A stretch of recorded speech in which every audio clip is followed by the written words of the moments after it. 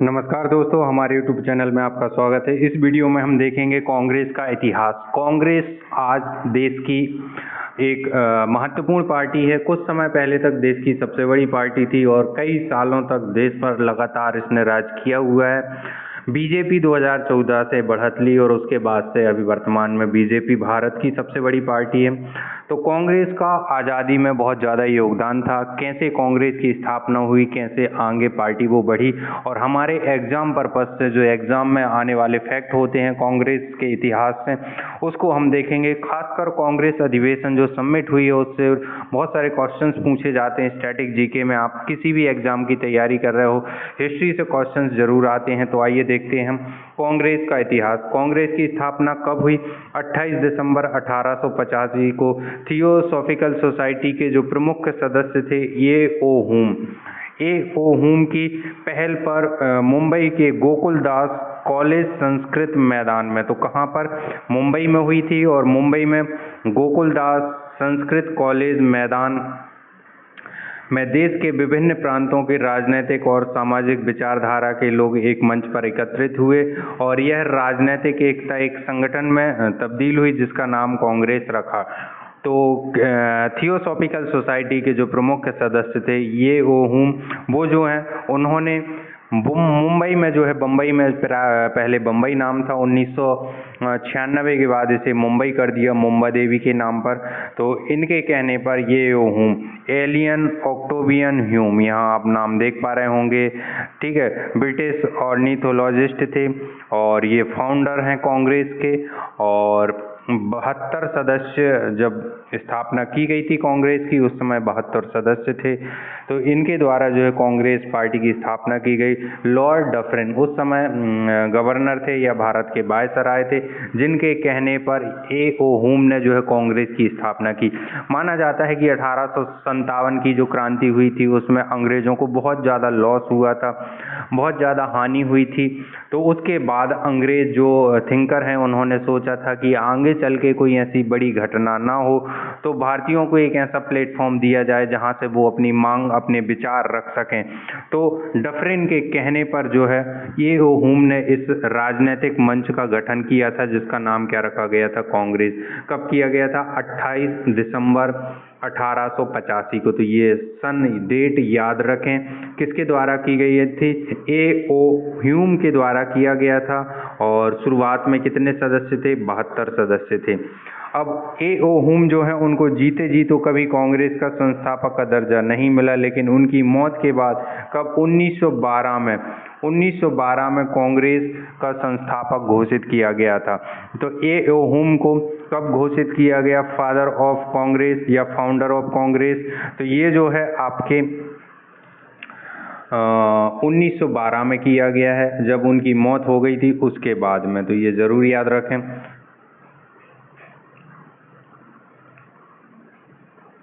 तो ये ओ हुम जो है पार्टी के संस्थापक महासचिव बने थे, लेकिन जो पहले अध्यक्ष थे वो कौन थे? W C Banerjee. W C Banerjee, आपने देखा होगा, ये भूमेश चंद्र बनर्जी हैं, इनको पहला अध्यक्ष बनाया गया था पार्टी का। अब पहली समिट जो है, पहला अधिवेशन कहाँ होना था? पुणे में होना था, पूना में होना था, लेकिन उस वक्त वहाँ हैजा फैला हुआ था, इस वजह से इसे कहाँ ले आए? मुंबई में ले आए थे। तो कांग्रेस का पहला अधिवेशन 28 से 31 दिसंबर जब इसकी स्थापना हुई थी तभी जो है इसका अधिवेशन होता था, जो लास्ट में साल का अंतिम समय होता था, अंतिम दिन होते थे, 2, 3 या 4 दिन चलता था अधिवेशन। तो ये जो है आपका 1885 में 28 से 31 दिसंबर तक हुआ था मुंबई में। तो ये पहला अधिवेशन है। और ये जो 72 सदस्य आप देख पा रहे हैं यहाँ पर, ये 72 सदस्य जो पहले अधिवेशन में पहुँचे थे, पहले अधिवेशन में उपस्थित थे, तो ये 72 सदस्य गिने जाते हैं। तो इनको आप देख सकते हैं इस फोटो फ्रेम में। अब जो है कांग्रेस के अधिवेशनों का इतिहास हमें देखना है, उसी से एग्जाम में क्वेश्चंस आते हैं आपके। 1885 से लेके आज़ादी के समय तक कौन से अधिवेशन कहाँ रहे, उनमें क्या विचार विमर्श हुए, कांग्रेस की क्या रणनीति रही, देश को आज़ाद करने में क्रांतिकारियों की क्या भूमिका रही, ये सारी जानकारी आपको इसलिए एग्जाम में ये क्वेश्चंस आते हैं कि कहाँ अधिवेशन हुआ था, उसके अध्यक्ष कौन रहे हैं। ठीक है, तो हम देख लेते हैं। यहाँ आप देखेंगे ये पूरा मैप बना हुआ है और कहाँ कहाँ हुए हैं ये बताया गया। तो इस मैप के अकॉर्डिंग आप देख पा रहे होंगे पूरे भारत के हर एक क्षेत्र में ये अधिवेशन करवाए गए हैं। इसका प्रमुख उद्देश्य यही था हर एक क्षेत्र में अधिवेशन कराने का, कि हर एक क्षेत्र की जनता जो है इस कांग्रेस पार्टी से जुड़ सके, इस अभियान से जुड़ सके जो आज़ादी के लिए चलाया जा रहा था। इसलिए हर एक क्षेत्र में बनाया जाता था और प्रत्येक वर्ष जो है एक अलग अध्यक्ष चुना जाता था। तो कांग्रेस अधिवेशन का पहला जो है कहाँ हुआ है, तो फर्स्ट अधिवेशन 1885 में कहाँ पे, बम्बई में हुआ है, जिसे वर्तमान में मुंबई के नाम से जाना जाता था। व्योमेश चंद्र बनर्जी को पहला अध्यक्ष बनाया गया और 72 प्रतिनिधियों ने भाग लिया था। तो इसका फोटो हम देख चुके हैं। फिर दूसरा अधिवेशन दूसरे साल हुआ, कलकत्ता में हुआ। दादा भाई नौरोजी बनाए गए थे इसके अध्यक्ष, जो कि कहाँ के थे, मुंबई। ठीक है, तीसरा अधिवेशन 87 में मद्रास में हुआ और बदरुद्दीन तैयब जी पहले मुस्लिम अध्यक्ष। तो ये पहले जो 4 अधिवेशन हैं इनसे क्वेश्चंस बहुत ज़्यादा आते हैं, बहुत ज़्यादा बनते हैं, तो आपको याद रखना है कहाँ पर हुआ है, अध्यक्ष कौन रहा है। तो पहले मुस्लिम अध्यक्ष कौन हुए, बदरुद्दीन तैयब जी। चौथा अधिवेशन 1888 में जॉर्ज ऊले, जो कि पहले अंग्रेज व्यक्ति थे, इलाहाबाद में हुआ। ये पहले फारसी व्यक्ति हो गए, ये पहले आप देखेंगे बंगाली व्यक्ति हो गए, तो ऐसे भी आप पढ़ सकते हैं। अब आप यहाँ थोड़ा सा ध्यान दे सकते हैं कि ये जो अधिवेशन हुए 4, एक आपका कहाँ हुआ, दिल्ली, मुंबई, कोलकाता और मद्रास में। तो जब आपका मुंबई में हुआ तो कहाँ का व्यक्ति आया, इस क्षेत्र का व्यक्ति आया। और जब कोलकाता में हुआ तो किस क्षेत्र का, पश्चिम का व्यक्ति यहाँ आया। दादा भाई नौरोजी पश्चिम के हैं, आप देखेंगे ये महाराष्ट्र के हैं। पारसी व्यक्ति और पारसी भारत के कहाँ रहते हैं, गुजरात और महाराष्ट्र में पाए जाते हैं। अब तो बहुत ही कम मात्रा में पारसी बचे हुए हैं, जिनके ऊपर बहुत सारी भारत सरकार के द्वारा कोशिशें चल रही हैं इस कम्युनिटी को बचाने के लिए। अब जो है उसके बाद आप देखेंगे इलाहाबाद में जो हुआ था, इलाहाबाद में मद्रास में हुआ था तीसरा। तो यहाँ जो है बदरुद्दीन तैयब अली, जो कि मुस्लिम व्यक्ति थे, और जब यहाँ पर हुआ इलाहाबाद में तो यहाँ आप देखेंगे किसको बनाया गया था, इलाहाबाद में जॉर्ज ऊले अंग्रेज व्यक्ति को बनाया गया था। फिर 5वां 6वां ये इतने काम के नहीं हैं हमारे। फिर सीधे हम आते हैं कहाँ पे, 12वां अधिवेशन। इनको आप एक बार पढ़ लें, जैसे दादा भाई नौरोजी फिर से बन गए, व्योमेश चंद्र बनर्जी दोबारा बने। ठीक है, यदि आप मध्य प्रदेश से हैं तो आपको अपने राज्य का याद रखना है कि ये नागपुर उस समय मध्य प्रदेश में था, या जो भी राज्य के आप हैं तो अपने राज्यों में कितने हुए हैं वो ज़रूर याद रखें। अब 12वां हमारे यहाँ काम का है। क्यों काम का है, क्योंकि यहाँ पहली बार वंदे मातरम गीत गाया गया, वंदे मातरम। ठीक है, सुजलाम सुफलाम मलयज शीतलाम। तो ये जो है रहीमतुल्लाह सयानी जी के द्वारा जो है ये उस समय अध्यक्षता की गई थी और कलकत्ता में ये जो है गाया गया था। कब, 1896 में। तो ये वंदे मातरम जो है बंकिम चंद्र चट्टोपाध्याय या बंकिम चंद्र बनर्जी, तो बंकिम चंद्र आपको नाम याद रखना, उनके द्वारा ये रचित किया गया था आनंद मठ में। आनंद मठ जो है आप देखेंगे 1776 के समथिंग की घटना थी, जिसमें बहुत सारी चीज़ें बताई गई थी उसमें।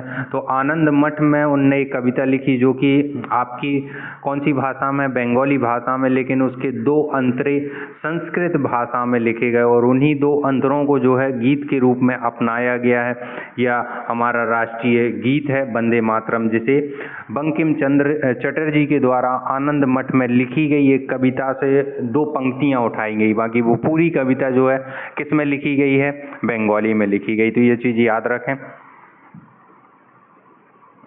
उसके बाद अब हम देखते हैं कि और कौन से हमारे अधिवेशन काम के हैं। तो यहाँ आप देखेंगे 1905 का 21वां अधिवेशन हमारे काम का है। गोपाल कृष्ण गोखले इसके अध्यक्ष थे, जो कि महात्मा गांधी जी के गुरु माने जाते हैं।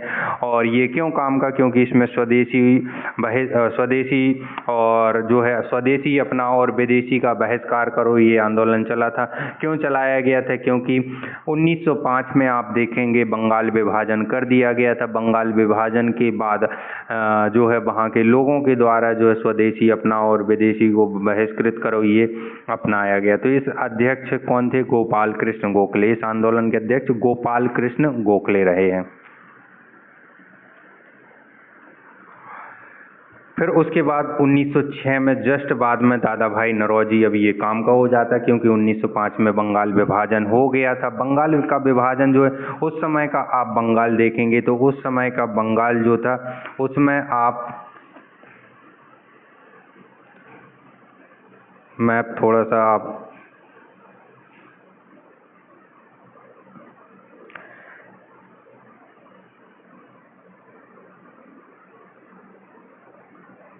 तो उस समय के बंगाल में आप देखेंगे यहाँ बिहार, झारखंड, उड़ीसा और ये बांग्लादेश और असम, ये पूरा क्षेत्र आता था बंगाल में।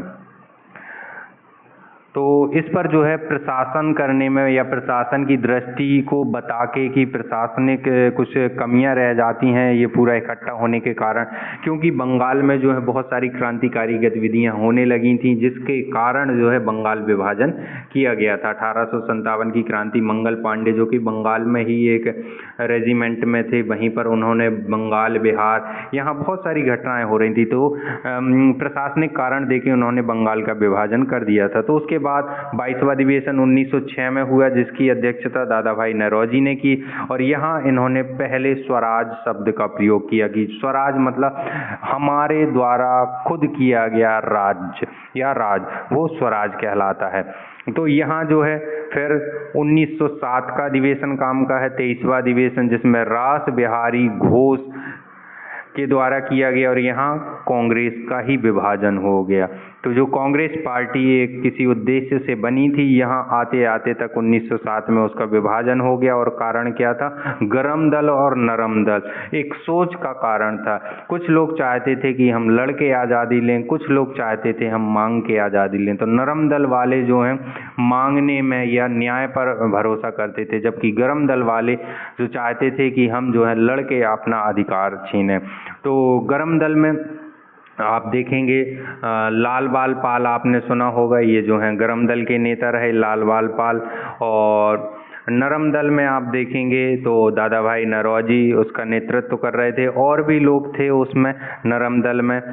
तो यहाँ जो 1907 का अधिवेशन रास बिहारी घोष के द्वारा अध्यक्षता की गई थी 1907 में, लेकिन कांग्रेस का विभाजन हो गया था, जिसके कारण इसके उद्देश्य पूरे नहीं हो पाए थे। इसलिए 23वां अधिवेशन फिर से ऑर्गेनाइज करवाया गया, कब? 1908 में मद्रास में। और फिर से रास बिहारी घोष को जो है अध्यक्ष बनाया गया और यहाँ कांग्रेस का संविधान का निर्माण किया गया। कांग्रेस का संविधान बनाया गया, बताया गया कि कांग्रेस पार्टी क्या है, कांग्रेस के क्या उद्देश्य हैं, उसके रूल्स रेगुलेशन क्या है, ताकि आगे जाके ऐसी कुछ घटनाएं ना हो। फिर उसके बाद आप देखेंगे हमारा अगला अधिवेशन कौन सा काम का है, तो 1911 का है, 26वां, जिसमें पंडित बिशन नारायण धर जो हैं अध्यक्ष थे। और ये इसलिए काम का है क्योंकि पहली बार जन गण मन गाया गया, पहली बार जन गण मन अधिनायक जो हमारा राष्ट्रीय गीत है वो गाया गया। रविंद्रनाथ टैगोर के द्वारा ये गीत रचित है। और यहाँ क्यों गाया गया? क्योंकि यहाँ पर पहुँचे थे आपके जॉर्ज पंचम जो कि ब्रिटेन से आए हुए थे, राजा थे ब्रिटेन के, और हमारे भारत उनका आगमन हुआ था। तो उनके स्वागत के लिए ये गीत गाया गया था, लिखा गया था किसके द्वारा? रविंद्रनाथ टैगोर के द्वारा। और यहाँ जो है उनकी भतीजी जो थी चौधरानी, देवी चौधरानी, उनके द्वारा जो है ये गीत गाया गया था। तो जॉर्ज पंचम आए थे, फिर उन्होंने जो है 1911 के बाद 1911 अधिवेशन के समय जो है बंगाल विभाजन को रद्द कर दिया था और राजधानी जो कलकत्ता थी वहाँ से कहाँ, दिल्ली ट्रांसफ़र कर दी थी। तो 1912 से राजधानी देश की क्या हो गई थी, दिल्ली। तो ये सब किसके द्वारा किया गया था, जॉर्ज पंचम के द्वारा किया गया था, जो कि 1911 के पास आए थे। 1911 में ही मुंबई में उनके स्वागत में गेटवे ऑफ इंडिया बनाया गया था। तो ये हमारे काम का है 1911 का अधिवेशन। उसके बाद हम देखेंगे हमारे काम का अधिवेशन कौन सा है, तो फिर देखेंगे 1915 में लॉर्ड वेलिंगटन ने भाग लिया था। ये बहुत बड़ी बात थी। लॉर्ड वेलिंगटन, सत्येंद्र प्रसन्न सिन्हा जो कि पहले गवर्नर बने, भारतीय गवर्नर उड़ीसा के, तो ये भी पहले व्यक्ति हैं सर सत्येंद्र गवर्नर, ठीक। तो ये पहले गवर्नर रहे लॉर्ड वेलिंगटन। ये जो हैं किसी अधिवेशन में पार्टिसिपेट किया। फिर 1916 का अधिवेशन लखनऊ का काम का है। अंबिका चरण मजूमदार, इसमें मुस्लिम लीग से समझौता किया गया। तो मुस्लिम लीग से समझौता हुआ और कांग्रेस और मुस्लिम लीग मिल के काम करने लगी। फिर उसके बाद 1917 का IMP है आपका ये, क्योंकि ये पहली महिला अध्यक्ष बनी, कौन, एनी बेसेंट। एनी बेसेंट जो कि आयरलैंड से आई हुई थी। होम रूल लीग की संस्थापिका मान सकते हैं आप भारत में, क्योंकि वहाँ से वो एक मॉडल देख के आई थी और भारत में आके बाल गंगाधर तिलक के साथ मिलके अलग अलग क्षेत्रों में और भी लोगों ने इस अभियान में पार्टिसिपेट करके भारत में होम रूल लीग जो है चलाया था। तो एनी बेसेंट पहली महिला अध्यक्ष रहीं कलकत्ता अधिवेशन में। तो कलकत्ता से ही ज़्यादा चीज़ों की शुरुआत हुई है भारत में अंग्रेज़ों की। तो महिला भी कहाँ बनेगी, कोलकाता में ही, ये आपको याद रखना है। 1918 में कांग्रेस का दूसरा विभाजन हुआ। फिर आप देखेंगे 1919 में मोतीलाल नेहरू, 1920 में कांग्रेस संविधान में क्या किया गया, परिवर्तन किया गया। 1920 में परिवर्तन करना ही पड़ेगा, क्योंकि 1918 में कांग्रेस का फिर से विभाजन हो गया था संविधान बनने के बाद भी, इसलिए परिवर्तन किया गया और 20 में जो है दूसरा संविधान बनाया गया। उसके बाद आप देखेंगे 1920 CV राघवाचार्य, जिसमें कांग्रेस एक हो गई थी यहाँ पर। फिर उसके बाद अपने काम का अधिवेशन 1923 का है, जो कि विशेष अधिवेशन है। 38वां अधिवेशन के बाद एक विशेष अधिवेशन किया गया था, 23 में ही दिल्ली में किया गया था। अबुल कलाम आज़ाद इसके अध्यक्ष रहे, सबसे युवा अध्यक्ष माने जाते हैं ये अबुल कलाम आज़ाद, जो आगे जाके शिक्षा मंत्री रहे और आज़ादी तक सबसे लंबे कार्यकाल के लिए कांग्रेस के अध्यक्ष रहने वाले व्यक्ति भी कौन है, अबुल कलाम आज़ाद ही हैं। तो इनको ज़रूर याद रखना, इनके ऊपर क्वेश्चंस बने हुए हैं। फिर उसके बाद 1924 39वां, या आप देखेंगे 39वां 39th जो है बेलगाम अधिवेशन 1924, महात्मा गांधी एकमात्र अधिवेशन जिसके अध्यक्ष बने थे वो कौन सा था, बेलगाम कर्नाटक में हुआ था। इसके पहले की कहानी यदि आप देखेंगे तो 1919 में आप देखेंगे फर्स्ट वर्ल्ड वॉर ख़त्म हुआ था, खिलाफत आंदोलन चला था। खिलाफत आंदोलन में गांधी जी ने मुस्लिमों का साथ भी दिया था, क्योंकि उन्होंने पुर्तगाल के विभाजन के लिए मना किया था अंग्रेज़ों ने, लेकिन जैसे ही वर्ल्ड वॉर जीते और पुर्तगाल का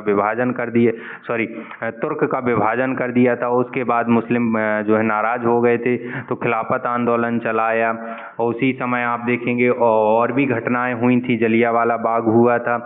उसके बाद 1920 में असहयोग आंदोलन शुरू किया था गांधी जी ने, सबसे बड़ा मूवमेंट इंडिया में शुरू किया था असहयोग आंदोलन। ये आंदोलन बहुत अच्छी रफ्तार पकड़ रहा था, अच्छा मान सम्मान और अंग्रेज़ों में एक दहशत ला रहा था। लेकिन 1922 में गोरखपुर में एक कांड हो गया। ये गोरखपुर थाने को कुछ 20 से 22 पुलिस वालों को अंदर जला दिया गया था, जिसका पूरा आरोप गांधी जी के सिर पर आया, जिसके कारण गांधी जी को जेल हो गई थी और 2 साल बाद स्वास्थ्य के कारणों से उन्हें छोड़ दिया गया था। जैसे ही जेल से बाहर आए तो उन्हें अध्यक्ष बना दिया गया था। उसके बाद उन्होंने कुछ विश्राम किया था, कुछ साल तक राजनीति से, और कुछ किताबें और कुछ योजनाएं बनाई थी उन। तो उसके बाद जो है फिर अपना काम का है 1925 का सरोजनी नायडू, ये पहली महिला भारतीय महिला अध्यक्ष, पहली महिला आप देखेंगे 1917 में एनी बेसेंट बन गई थी। लेकिन यदि कोई भारतीय महिला बनी है पहली तो वो कौन से, 1925 कानपुर कानपुर में बनी है, सरोजनी नायडू बनी है, ये प्रथम भारतीय महिला अध्यक्ष थी। 1926 में सभी सदस्यों को खादी वस्त्र पहनने के लिए अनिवार्य किया गया था श्रीनिवास अयंगर के द्वारा। इसी अधिवेशन में गांधी जी के द्वारा बोला गया था कि स्वदेशी आंदोलन के बाद की सभी जो है सदस्य खादी वस्त्र पहने। तो उसी समय किसी व्यक्ति ने बोला था गांधी जी से कि खादी वस्त्र बहुत महंगे होते हैं, हम कैसे पहने, तभी गांधी जी ने कुछ वस्त्रों को त्याग दिया था और सिर्फ धोती पहनने लगे थे। तो ये जो है उसके बाद आप देखेंगे 42 व 1927 में पूर्ण स्वाधीनता की मांग की गई थी, ये काम का है आपका। फिर आप देखेंगे यहाँ 44वां जिसमें लाहौर में हुआ था पूर्ण स्वराज की मांग की गई, ये काम का है आपके। 31 का कराची अधिवेशन सरदार वल्लभ भाई पटेल, कई बार एग्जाम में पूछा गया है। इसमें मौलिक अधिकार प्रस्तावित किए गए थे और ये मौलिक अधिकारों की नींव मानी जाती है भारत में।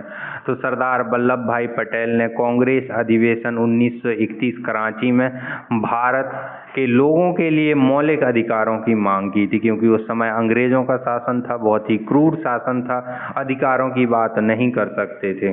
फिर उसके बाद आप देखें 1936 में कांग्रेस पार्लियामेंट बोर्ड की स्थापना की गई। फिर 1937 फैजपुर आपका 50वां, तो ये भी आपको याद रखना है कि कौन से नंबर का है, तो ये भी आपसे एग्जाम में पूछा जा सकता है। पंडित जवाहरलाल नेहरू गांव में आयोजित होने वाला पहला अधिवेशन, तो यहाँ बेल गांव को नहीं लगाना गांव में, क्योंकि उसमें सिर्फ शब्द में गांव है। यदि गांव में कोई अधिवेशन आयोजित हुआ है तो वो फैजपुर जो है बहुत सारी जगह महाराष्ट्र में भी हैं, असम में भी, ये महाराष्ट्र वाला फैजपुर है। यहाँ पंडित जवाहरलाल नेहरू जो हैं अध्यक्ष बने थे। फिर उसके बाद हरिपुरा गुजरात सुभाष चंद्र बोस, फिर अगेन त्रिपुरी में बनाए गए थे सुभाष चंद्र बोस, लेकिन यहाँ महात्मा गांधी जी चाह रहे थे कि जो आपके कांग्रेस के सदस्य पटाभी सीतारमैया उन्हें बनाया जाए, लेकिन लोगों के द्वारा जो है नेताजी को जिताया गया था। गांधी जी और सुभाष चंद्र बोस या कांग्रेस के बीच थोड़ा मनमुटाव हो गया, जिसके कारण सुभाष चंद्र बोस जी ने जो है अध्यक्षता का पद त्याग दिया था, छोड़ दिया था। उसके बाद अबुल कलाम आज़ाद को 39 में ही अध्यक्ष घोषित किया गया और 40 में अध्यक्ष चुना गया, और 40 से लेके 45-46 तक अबुल कलाम आज़ाद लगातार अध्यक्ष रहे, क्योंकि सेकेंड वर्ल्ड वॉर स्टार्ट हो गया था और भारत ने जो है यहाँ अपने मूवमेंट स्टार्ट कर दिए थे कि अब मिल के बैठने सोचने समझने का काम नहीं है, अब हमें प्रहार करना चाहिए और भारत को आज़ाद कराना चाहिए। इसलिए इस बीच कोई अध्यक्ष नहीं बदले गए, कोई समिट नहीं हुआ। उसके बाद पूछा जाता है आज़ादी के समय, तो आज़ादी के समय कौन थे अध्यक्ष, तो आज़ादी के समय जेबी कृपलानी, तो आज़ादी के समय अध्यक्ष जेबी कृपलानी थे। और उसके बाद पटाभी सीतारमैया जिन्होंने कांग्रेस का इतिहास लिखा, और 1950 में नासिक में 56वां अधिवेशन हुआ पुरुषोत्तम दास टंडन के द्वारा। तो ये जो है प्रमुख थे। उसके बाद भारत सरकार का गठन हो गया था, तो कांग्रेस के अधिवेशन समाप्त हो गए थे। तो ये जो है कांग्रेस का इतिहास है। फिर कांग्रेस एक राजनीतिक पार्टी बन गई थी, चुनाव लड़ने लगी थी। यही गांधी जी का कहना था कि कांग्रेस को पार्टी नहीं बनाया जाए, अब कांग्रेस को विघटित कर दिया जाए। उसी के बीच जो है भारत पाकिस्तान का डिवाइडेशन हुआ, जिसमें रेवेन्यू वित्त को लेके डिस्प्यूट हुआ, पैसे या कुछ जो टैक्स कलेक्शन, जिसी के कारण नाथूराम गोडसे ने गांधी जी पर गोली चलाई थी। तो ये जो है कांग्रेस का अधिवेशनों का इतिहास, इसको जरूर पढ़ें।